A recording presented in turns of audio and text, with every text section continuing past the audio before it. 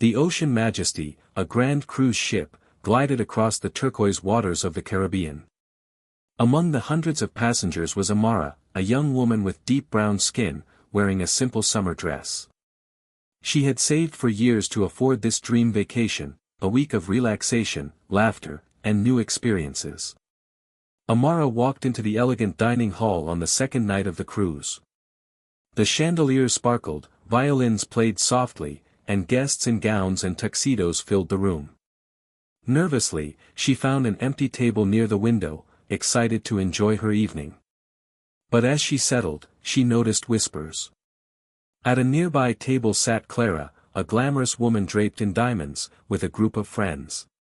Clara sneered, her voice loud enough for others to hear, "I didn't know they let just anyone onto this ship." Her friends chuckled cruelly. Amara's heart sank, but she tried to ignore it. She focused on the waiter, ordering politely. Moments later, Clara continued, "Can you imagine the pictures? A luxury cruise ruined by the wrong kind of people." Laughter again. Guests around the room shifted uncomfortably. Some lowered their heads, too afraid to intervene. Amara fought back tears. She thought about leaving, but then remembered how hard she'd worked for this trip.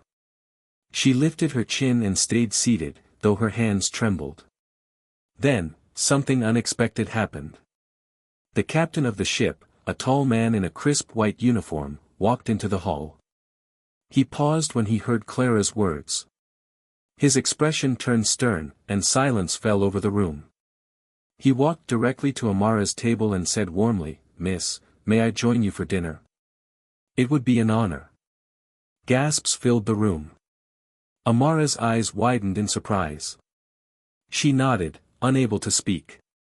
The captain sat across from her, smiling as if she were the most important guest on board. Then he turned his gaze to Clara.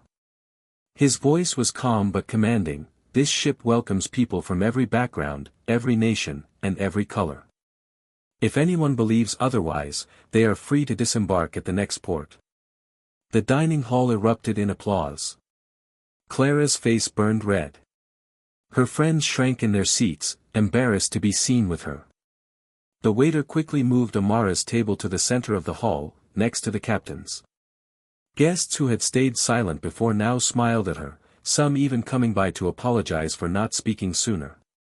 By dessert, Amara was laughing with the captain and other passengers who had gathered to join her table. For the first time that evening, she felt truly seen, not for the color of her skin, but for the person she was. Meanwhile, Clara sat in silence, her jewels suddenly meaningless, ignored by everyone. Prejudice and cruelty may try to dim someone's light, but kindness and courage will always expose it. Respect and dignity don't come from wealth or status, they come from character.